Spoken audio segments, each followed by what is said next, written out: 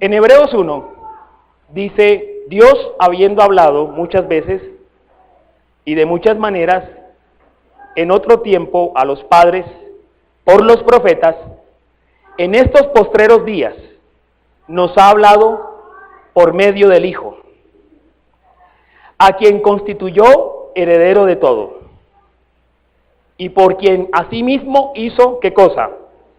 El universo, el cual, siendo el resplandor de su gloria y la imagen misma de su sustancia, y quien sustenta todas las cosas con la palabra de su poder, habiendo efectuado la purificación de nuestros pecados por medio de sí mismo, se sentó a la diestra de la majestad en las alturas, hecho tanto superior a quienes, cuanto heredó más excelente nombre que ellos. En este tiempo a veces uno se pregunta, bueno, ¿y cuál es la última revelación de Dios? ¿Y cuál es la sana doctrina? ¿Y cuál es la mejor religión? Y esas preguntas vienen de una generación como la nuestra, que yo la llamo como una generación que tiene una esperanza fallida. En otras palabras, una generación que perdió la esperanza. Hoy el problema no es si la gente cree o no, porque la gente cree. Todos son conscientes que necesitan creer en algo o en alguien. Aún los ateos dicen, yo creo que Dios no existe, igual cree. ¿Ya? El problema entonces no es en quién o qué creer, porque en una generación que ha perdido la esperanza se necesita creer en algo o en alguien. Ahora que estuvimos en épocas de elecciones, muchos candidatos se levantaron con un discurso para hacer que Colombia vuelva a creer en ellos. Pero ya la historia nos ha demostrado que si en alguien uno puede creer, no debería creer en ningún político. Es decir, que la política no ofrece la certidumbre en este tiempo. Ni siquiera las instituciones del Estado ofrecen certidumbre con todos los temas de corrupción. Ni siquiera la justicia, porque sabemos que la justicia está amañada para los poderosos. Hoy ni siquiera la educación nos ofrece una respuesta para una sociedad sin esperanza. Porque antes nuestros antepasados decían, yo no estudié, mi hijo, pero la mejor herencia que le puedo dejar a usted es él. Porque si usted estudia, será un buen ciudadano. Y eso es verdad. Hoy ya no se puede creer que en las universidades se forma el buen ciudadano. Hoy ni siquiera los colegios se convierten en una esperanza para los padres que envían a sus hijos a la escuela. Porque hoy en los colegios los muchachos y las muchachas no aprenden matemáticas porque dice que eso no les sirve para la vida, pero sí aprenden a consumir droga, porque eso sí trae una experiencia para su vida. Los que distribuyen la droga lo saben, y ellos saben que si logran capturar y reclutar un niño para el consumo de droga, tendrán toda una vida de consumo y el negocio va a crecer. Es decir, que ni siquiera la educación nos ofrece una respuesta. ¿Y qué decir también de la religión? ¿Y qué decir también de las iglesias? ¿Y qué decir de aquellos casos donde ministros de la iglesia tradicional han sido juzgados y están siendo investigados por violar niños en nombre de la fe? Y ni siquiera de las otras iglesias llamadas cristianas evangélicas, porque hoy también algunos ministros de estas iglesias son denunciados y son investigados por robar a la gente en nombre de la fe. Entonces, ¿quién tiene una respuesta para una sociedad que tiene una esperanza fallida? Ni los políticos, ni la educación, ni el gobierno, ni el sistema y tampoco ni las iglesias. Estamos en una sociedad y en un tiempo en el cual se ha perdido la esperanza. Y por eso algunos se inventan lo que se llama una religión personal. Yo creo en Dios, pero a mi manera. Hoy los sociólogos de la religión, en las encuestas que hacen, hablan de la religión personal. ¿Usted cómo se considera? ¿Cristiano, católico, musulmán, judío, Hare Krishna, budista? ¿O usted tiene una religión personal? Y ese porcentaje de la religión personal está creciendo en nuestro país. ¿Y qué significa religión personal? Yo creo en Dios, pero yo no voy a ninguna iglesia. Yo no necesito estar metido en ninguna organización religiosa porque yo estoy bien con Dios. Y a veces unos pueden decir, eso es una herejía. Otros tal vez pueden decir como yo, eso es un síntoma de la esperanza fallida de esta sociedad. La gente ahora no sabe en quién creer, pero la gente sí cree. La iglesia de Hebreos había perdido también la esperanza. Y suena paradójico, porque uno cree que esta carta fue escrita para los no cristianos. Esta carta fue escrita para la iglesia cristiana del siglo I. Así como esta sociedad tiene una esperanza fallida, la iglesia cristiana del siglo I, por algún momento, consideraba que su esperanza en Jesús también era una esperanza fallida. Porque comenzó la persecución y muchos murieron por predicar a Cristo. Y algunos consideraron que había sido en vano creer en Jesús. Pero gracias a Dios que nos vino esta palabra, porque esta palabra nos habla no del Jesús evangélico, no del Jesús católico, nos habla de Jesucristo, el Hijo de Dios. De eso nos habla. Y en esta mañana, ante una sociedad, ante una generación, ante un tiempo en el cual la esperanza se ha perdido, hoy tenemos la respuesta de Dios para este tiempo. Jesucristo es nuestra esperanza. Ni siquiera el pastor. La iglesia cristiana evangélica no es la esperanza tampoco.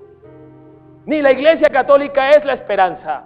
Ni los políticos, ni los sacerdotes, ni los pastores, o los super, hiper, megapóstoles. Nadie, ninguno de ellos son la esperanza. La única esperanza que Dios nos dio y dio para la humanidad se llama Jesucristo nuestro Señor. Es la única esperanza. Es la única esperanza. Aleluya. Entonces tendríamos que preguntarnos en esta mañana si hemos encontrado una respuesta en Jesús para nuestra vida o no. Lo que está diciendo este texto es que Dios se reveló de muchas formas en el pasado. ¿Cómo se le reveló Dios a Moisés, ya que estuvimos en el libro de Éxodo? Pero yo imagino que Moisés un día se levantó muy de mañana, ¿cierto? Y escuchó la queja del pueblo. Y el hombre dijo, ¿y ahora quién podrá defenderme? Y por allá se escuchó una voz, ¡yo! Por esa voz, ¿dónde estaba? Arriba en la montaña, allá en el pico de esa montaña. Esa voz que le decía, sube el monte, sube la montaña que te voy a revelar. Escucha esto, te voy a revelar lo que yo quiero para mi pueblo, te lo voy a revelar. Qué difícil era encontrarse con Dios en los tiempos de Moisés. Qué difícil era recibir la revelación de Dios en los tiempos de Moisés. ¿Cuán esfuerzo humano había que hacer para poder encontrarse con Dios? Moisés tenía que ascender al monte.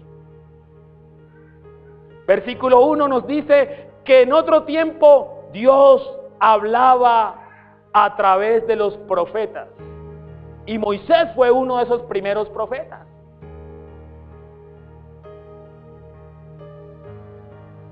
Pero ahora en este tiempo nos ha hablado a través de ¿quién? Del Hijo de Dios. Una de las grandes preguntas de nosotros los que seguimos al Señor es: Señor, ¿y cuál es tu voluntad para mí? Y a veces uno se mete en ayuno y se mete en oración y mira para el cielo y dice: Padre, pero ¿dónde estás que no te veo? Como si Dios estuviera en el cielo, tomándose un tinto y dejándonos a nosotros aquí sufrir. ¿Cuántos han pasado por esa experiencia? Y viene un sentimiento de soledad y abandono, y una mentira del diablo que nos dice: déjese de tanta bobada, usted está solo en este mundo. ¿Qué nos está diciendo esta palabra? Todo lo que Dios quería que nosotros supiéramos, nos los ha dado. Y eso es don, significa regalo. Es decir, que no hay que subir la montaña, no hay que subir Monserrate. No, lo que está diciendo es que Dios lo entregó. Todo lo que yo quería que ustedes supieran de mí, sobre su propósito de existencia y de vida en este mundo, se los regalé a través del Hijo. Y el Hijo de Dios, ¿dónde se reveló a los hombres? ¿Dónde? Lucas capítulo 1 nos dice dónde. El Hijo de Dios que vino a revelarnos la grandeza, el poder de Dios. Lo que Dios quería que supiéramos de Él,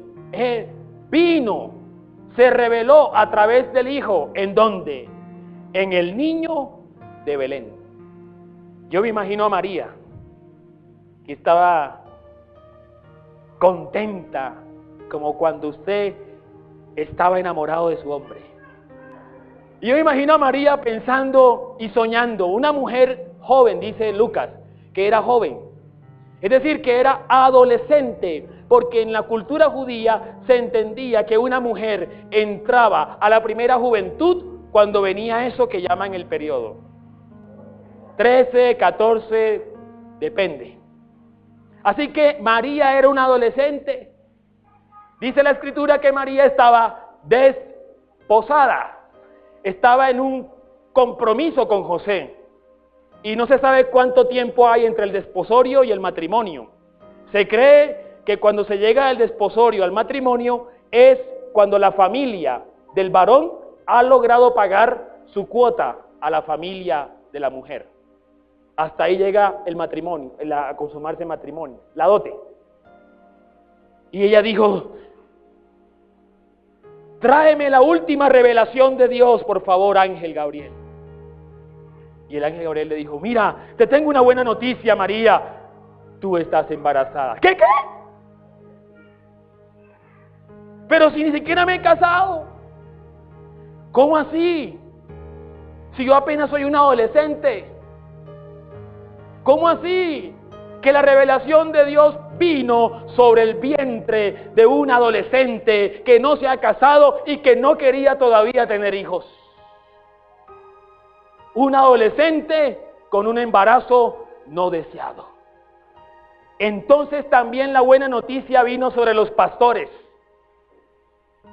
que trabajaban noche tras noche, día tras día, llevando ovejas de un lado al otro. ¿Por qué trabajo tan duro? Pero en una noche cualquiera, dice Lucas, una noche, es decir, cuando menos lo pensaban, fueron visitados también por el ángel. Y el ángel les dijo: el Salvador de sus vidas ha nacido.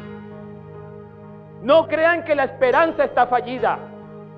No crean que esperar no valió la pena. Sí valió la pena esperar. Dios les ha respondido y les ha enviado el Salvador del mundo. Y ellos dijeron: ¡aleluya! ¡Gloria a Dios! Un grito de júbilo. Y entonces uno de ellos más inteligente dijo, a ver, pero ¿cuál es la señal de que el Salvador del mundo, el que ha venido a liberarnos del emperador Augusto César, el que ha venido a liberarnos del imperialismo romano, ¿cómo así? ¿Dónde está? ¿Cuál es la señal? ¿Y qué le dijo el ángel? La señal, el ingrediente secreto es, la revelación es, la señal que ustedes encontrarán es, y yo me imagino los bombos y platillos. ¿Cuál es la señal? Son los pañales. ¿Usted no me cree? Lea Lucas 1. Los pañales fueron las señales que ese bebé era el Hijo de Dios, el Salvador del mundo. A ver, cuando a uno le hablan del Salvador, que a usted le van a dar un Salvador, ¿usted qué espera? Que el Salvador lo salve a usted, ¿sí o no? Pero cuando uno lee el Evangelio de Lucas 1, lo que uno encuentra es, ¿qué Salvador vamos a ver en un bebé? Antes, por el contrario, cuando uno ve un bebé, ¿qué inspira? Venga y yo lo cargo porque se ve tan frágil. Pero el niño de Belén, el Salvador del mundo, la revelación de la que nos habla Hebreos, no cargó a nadie cuando nació, sino que lo cargaron. Yo no sé si usted comprende qué revelación y qué grandeza puede haber en esto. ¿Cómo así que Dios tan grande, poderoso, se revela a la humanidad en la forma de un bebé? ¿Qué grandeza y qué revelación de Dios puede haber en un embarazo no deseado de un adolescente o de unos padres adolescentes? ¿Qué grandeza de Dios puede haber en un adolescente rebelde que se escabulle del control de sus padres? ¿Qué grandeza de Dios puede haber en un hombre que padece hambre en el desierto y es tentado por Satanás? ¿Qué grandeza de Dios puede ver en un hombre que tiene sed y le pide a una mujer samaritana que le sacie su sed? ¿Qué grandeza de Dios puede haber en un hombre que cuando sabe que su amigo ha muerto, comienza a llorar con amargura? ¿Qué grandeza de Dios puede haber en un hombre que cuando llega al templo se da cuenta que se ha vuelto en un mercado y se llena de rabia y tumba a todos los mercaderes? ¿Dónde está la grandeza de Dios ahí? Esa es la revelación de Dios. Eso fue lo que Dios vino a mostrarnos a través de su Hijo. ¿Y por qué Dios hace eso? ¿Por qué Dios se revela de esa manera? ¿No era mejor revelarse a través de Augusto César? Él tenía las armas, él tenía el poder. ¿Y por qué Dios escoge a una pareja de adolescentes de Galilea? ¿Y podrá salir algo bueno de allá?, se preguntaban algunos. ¿Qué grandeza de Dios puede haber allí? ¿Cuál es la revelación de Dios en ese hijo que anduvo de esa manera? Es que a veces uno cree que la revelación de Dios nos va a caer del cielo. Pero lo que nos quiere decir esto es que Dios se revela en nuestra miseria humana. ¿Cuántas adolescentes embarazadas con embarazos no deseados? Allí se revela Dios. ¿Cuántos adolescentes que emprenden el viaje y el proyecto de familia sin tenerlo planificado? Allí se revela Dios. ¿Cuántos han sentido el hambre? Allí se revela Dios. ¿Cuántos han tenido sed de alma, de espíritu y de cuerpo? Allí se revela Dios. ¿Cuántos han llorado por un familiar que se ha ido? Madre, padre, muy cercano. Allí, en ese luto, se revela Dios. ¿Cuántos han recibido las calumnias? Que habiendo hecho bien, le pagan con mal. Así también hicieron con el Hijo de Dios. allí también se revela la grandeza de Dios. Es en nuestra miseria humana que se revela la grandeza de Dios. Y por eso es que Dios escogió esa forma, para decirnos: David, tú no estás solo en el sufrimiento, tú no estás solo en la desgracia de la vida, yo estoy contigo. Y también lo dice para ti: el Señor está contigo donde quiera que estés. No solamente está en el culto, donde celebramos su presencia, donde tenemos alabanza, adoración, cánticos, oraciones, ministración, palabra. No, Dios también está contigo cuando lloras en tu cuarto.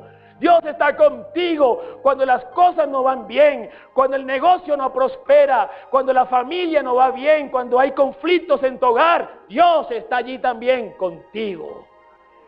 Por eso la carta de Hebreos nos dice: porque no tenemos un sumo sacerdote, Jesús, que no pueda compadecerse de nuestras debilidades, sino uno que fue tentado en todo, probado en todo, pero logró vencer, porque no pecó. ¿Cuál es el Jesús de tu esperanza? La Biblia nos habla de este Jesús. Él es nuestra esperanza, porque Él trazó un camino, Él lo anduvo y al final venció, para que esa victoria también fuera sobre cada uno de aquellos que también le seguimos. ¿Usted sabe qué significa Jesucristo? Jesús significa Salvador del mundo. El nombre que el ángel le dio a María: y le pondrás por nombre Jesús, es el nombre del niño, es el nombre humano, es el nombre como el nombre que nos ponen a ti y a mí. ¿Y qué significa Cristo? Cristo en hebreo es Mesías y en griego es Cristo. Y tanto Cristo como Mesías tienen el mismo significado, solo que están en dos idiomas. Cristo en griego, que era el griego que se hablaba en la gente del Nuevo Testamento, y Mesías, que era el hebreo en el que hablaba el pueblo de Israel en el Antiguo Testamento.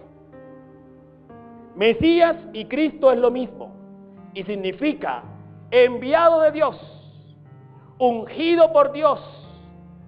Entonces, cuando leemos en la Escritura, sobre todo en las cartas, y leemos Jesucristo, lo que nos está diciendo es que Jesús es el Cristo. Significa que ese que nació allí, ese que fue menospreciado, ese que fue discriminado, ese que fue marginado, excluido, lacerado, calumniado, golpeado, aplaudido, odiado, ese que lloró, que tuvo hambre, ese que tuvo mal genio, ese que tuvo conflictos como tú y yo, ese es el Cristo, el Salvador del mundo. Entonces, ¿cuál fue el nombre que Dios le dio sobre todo nombre? Después de la muerte de Jesús, y de Jesús habiendo cumplido con la voluntad de Dios en la tierra, dice la Escritura que el Padre le resucitó al tercer día y le dio un nombre que es sobre todo nombre, para que en el nombre de Él toda la humanidad se humille y reconozca la grandeza de Dios en aquel que nació en Belén.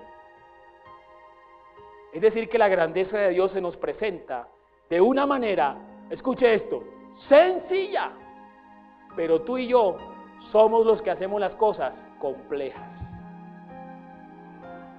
buscando una revelación extraordinaria allá en el cielo, cuando Dios se reveló aquí en la tierra a través de Jesús.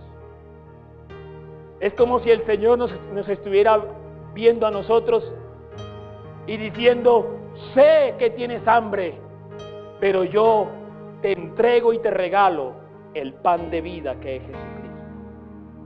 Come y no volverás a tener hambre. Jesucristo es la respuesta para un mundo sin esperanza.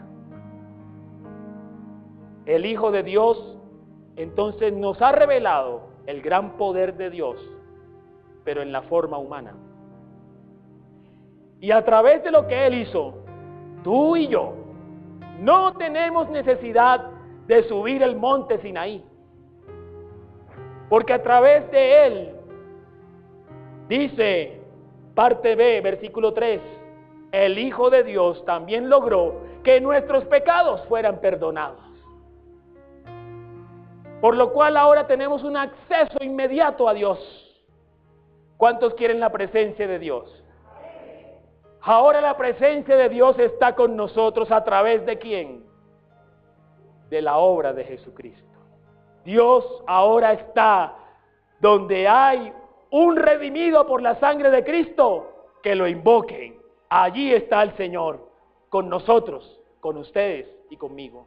Nosotros ahora podemos invocar la presencia de Dios sin subir a ningún monte, sin pagar penitencias, sin hacer méritos, simplemente aceptando, reconociendo que Jesucristo es el Salvador de mi vida, que Él me perdona, que Él me limpia todos mis errores, la culpa de mis pecados Él los lava. Y esta es la respuesta que esta palabra le da a una iglesia que tiene una esperanza fallida. Es la misma respuesta que Dios tiene para una sociedad que también tiene su esperanza fallida. Jesucristo es la respuesta. Es nuestra única esperanza. En Jesús podemos reconocer que Dios no se quedó en el cielo, sino que está con nosotros. Podemos caminar con Él y Él con nosotros. Por eso no hay otro nombre sino Jesucristo, nuestro Señor de señores. Amén. Pongámonos en pie y oremos por esta palabra.